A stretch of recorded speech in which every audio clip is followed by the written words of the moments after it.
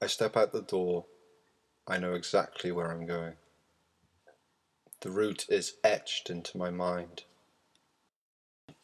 I walk past the lined-up suburban houses, their gardens all neat and pretty.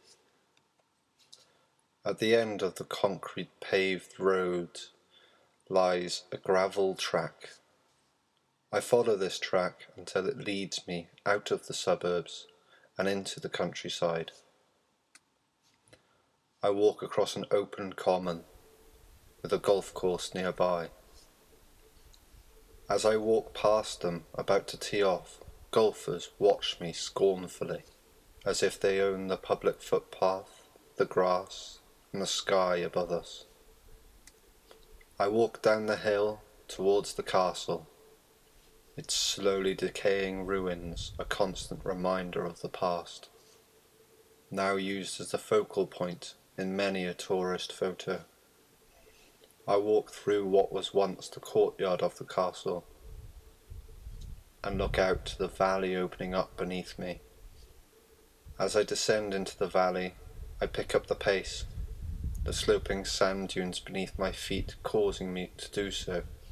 Before I get to the bottom, my walk becomes a jog. The single-track path guides me to an opening through the trees. Now in the valley, with the river meandering its way through the landscape, I follow the river through the valley, all the way down to the beach. In front of me, the three mighty peaks push their way up into the sky. Looking up at the cliff before me, I compose myself and begin my clamber up. Up, then down again, then up again, and once on top of the second cliff, I pause for a second to take in the view and to gain my breath. I continue my walk on the edge of the cliff, following the paths around, the wind keeping me upright and steady. I follow the cliffs round for a half a mile until I reach the Elephant Rock, so called for its ever so slight likeness to the animal. This large limestone boulder signifies there are 10 minutes before the end of my journey. My route takes me off the beaten path and towards a vast bracken hedgerow. Although seemingly impenetrable, I find an opening in the hedgerow. On the other side, beneath me, is my goal. A weathered cutout in the cliff that forms a natural sofa of rock and grass. And there, hidden from sight, I find the plaque with the words, "I have been taught the script of the stone, and I know the tongue of the wave," etched into its surface. These words can only hold true meaning for somebody from the area, somebody who has grown up around these rocks and these waves, and who sees them for more than what they are on the surface.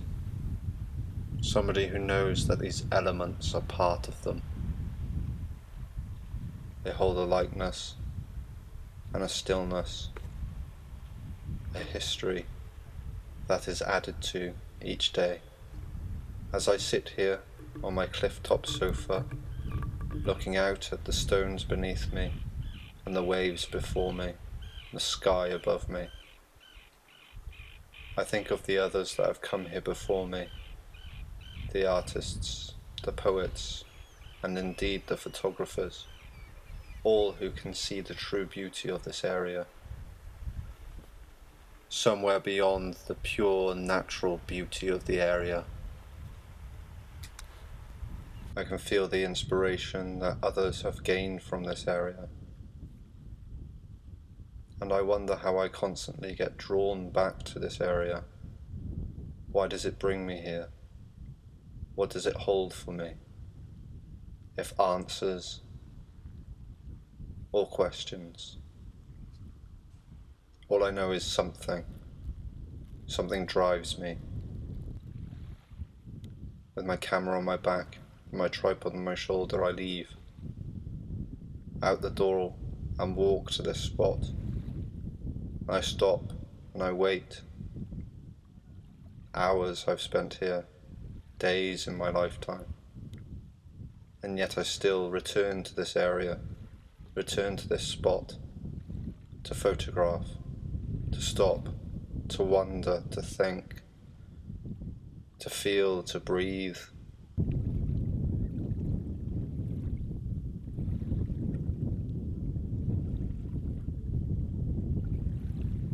To create.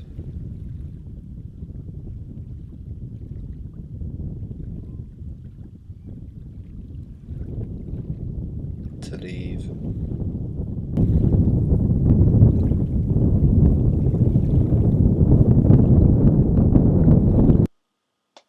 Will I ever return?